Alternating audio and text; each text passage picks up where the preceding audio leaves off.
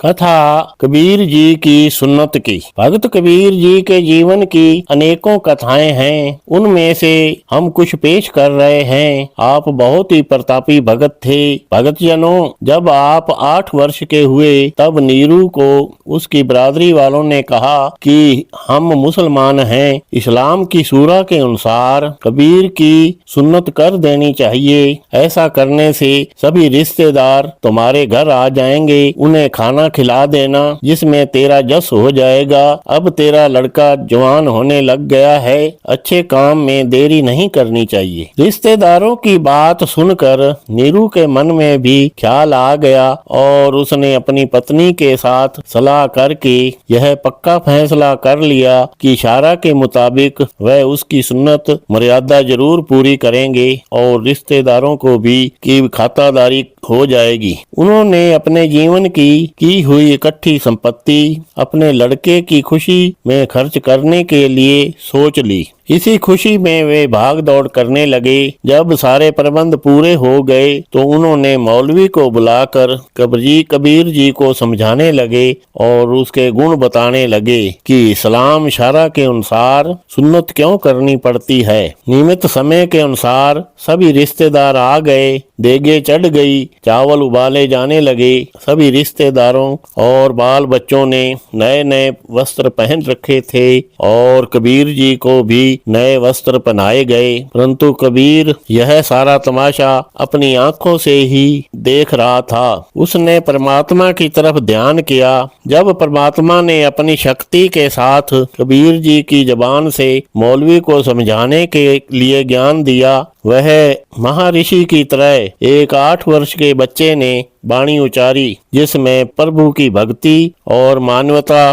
को एकता प्रकट की थी। अपने वचन किया, हिंदू तुर्क कहाँ ते आए, किने ये राह चलाई, दिल में साच विचार कवादे, बिसत दोजग किन पाई, काजी ते कमन कतेब खन बखानी, पढ़ गणत ऐसे सब मारे, किनु खबर ना जानी राव, संकेत स्नेह हरी सुन्नत करिए, मैं न बंदोगा पाई, जियो रे खुदाई मोहे, तुर्क करेगा आपन ही कट जाई, सुन्नत कीजे तुर्क जे होए, गा तो औरत का क्या करिए, अर्ध शरीरी नारी न छोड़े, ताते हिंदू ही रहिए, छाड़ कतोब राम पज बोरे, जुल्म करत है पारी, कबीरे पकड़ी टेक राम की, तुर्क रहे पचियारी। भक्त कबीर जी मौलवी या काजी को संबोधन करके कह रहे हैं, हे काजी, इस तरह लग रहा है जैसे तुम अंधेरे में हैं। आपने अपने मन में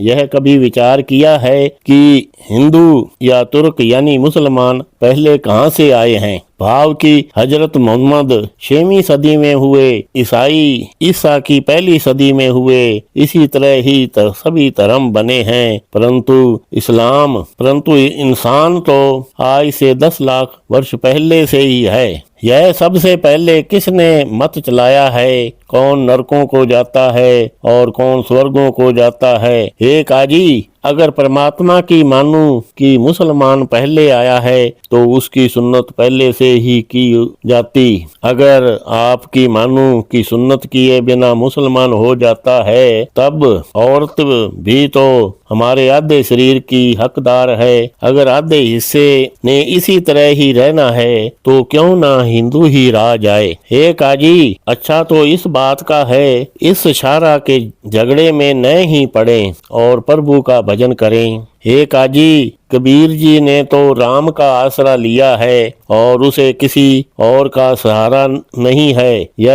एक भजन ही है जो कल्याण करने वाला साधन है। 8 साल के बच्चे के मुंह से ऐसे शब्द सुनकर काजी के पैरों से मिट्टी निकल गई। वह कबीर जी को बिटर बिटर करके देखने लगे, परंतु उस पर अहंकार का पर्दा होने के कारण वे इस इलाही भेद को न समझ सके और गुस्से से कहने लगे, किसी ब्राह्मण ने इसे बिगाड़ दिया है, उसने इसे हिंदू बनने के लिए जरूर शिक्षा दी होगी। इसके बारे में यह भी सुना है कि यह बालक हिंदू साधुओं के पास ही बैठा रहता है, इसलिए ही यह काफिरों जैसी बातें कर रहा है। इतना कहते ही कबीर को बाहों से पकड़कर अपने पास ले आए और कहने लगे, सुन्नत तो करनी ही पड़ेगी, यह इस्लाम की शारा है। काजी की बात सुनकर बालक कबीर जी मुस्कुराए, परंतु मुख से कुछ न बोले। इस बात की सभी लोगों में चर्चा हो गई। सभी एक दूसरे की तरफ देखने लगे कि यह क्या बात हो गई है। दूसरी तरफ खाने का सामान तैयार हो गया, उसकी महक आने लग गई थी। उस महक के कारण उनकी भूख और बढ़ गई। वे मन में ये सोच रहे थे कि यह काम पूरा हो जाए और जल्दी खाना मिले, परंतु वह बात तो वहीं अड़ी हुई थी। वे नीरू को भी कहते कि बच्चे को क्या शिक्षा दी है, यह बालक हिंदू बच्चों के साथ खेलता रहा है, इसने इसे खेलने से मना क्यों नहीं किया। नीरू अपनी तरफ से पल्ला झाड़ कर कहने लगे, हे रिश्तेदारों, मैंने इसे बहुत मना किया था, परंतु यह बिल्कुल ही नहीं माना।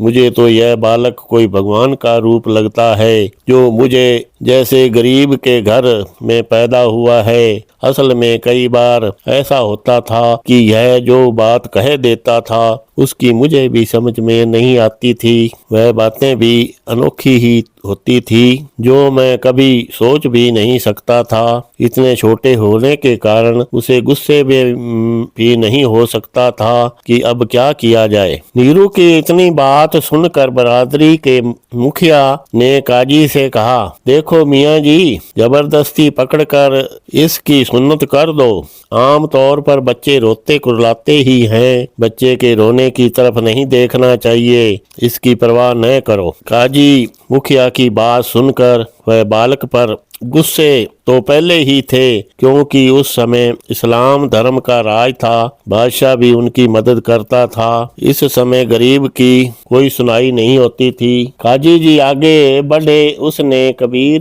की बाजू पकड़ी और उसे झिझोड़ कर कहने लगे, चाहे ची कर चाहे बां कर, सुन्नत तो करनी ही पड़ेगी, इससे हम पीछे हटने वाले नहीं हैं। परमात्मा सदा ही भक्तों की पैज रखता आया है। उस समय परमात्मा ने एक ऐसा खेल रचा जिसे देखकर सभी रिश्तेदार कबीर को भगवान का रूप ही मान गए। उस समय भगवान आप प्रकट होकर असली भक्त कबीर को गंगा की तरफ भेज दिया और उसकी छाया को वहीं रहने दिया। काजी क्रोध से लाल पीला होते रहे, परंतु कबीर जी की छाया मुस्कुराती रही। भोला काजी यह ख्याल करता रहा कि मासूम कबीर उसके साथ मखौल कर रहा है। असल में कबीर उस समय गंगा के किनारे जाकर खेलने लग गए थे। वह तो राम की मौज में मस्त थे।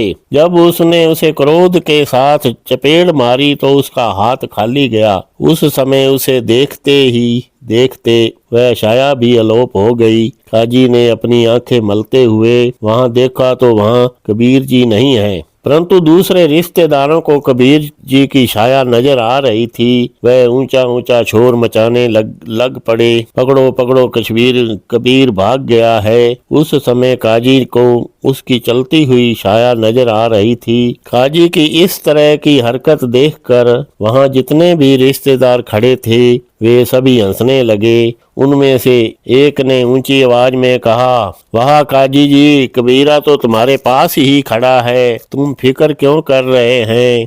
एक और कहने लगा, काजी तुम अंधे तो नहीं हो गए हैं। एक और कहने लगा, नहीं यह पागल हो गया है। एक और कहने लगे, किसी और काजी को ले आओ, यह काजी किसी काम का नहीं है। वहाँ इस तरह की बातें होने लगी। हे भक्तजनों, भक्त की लाज रखने के लिए प्रभु ने स्वयं ही माया का पसारा किया है। इस तरह करके सभी जुलाए काजी के विरुद्ध हो गए। दूसरी तरफ अंधेरी आ गई। काजी साहब अपने घर की तरफ चले गए और लोग खाने पीने वाली वस्तुओं को संभालने लगे। उस समय कबीर भी टहलता हुआ घर की तरफ आ गया। उसके हाथ में एक लकड़ी का डंडा था। कबीर राम का प्यारा राम की धुन गा रहा था। जय कबीर, वाहेगुरु।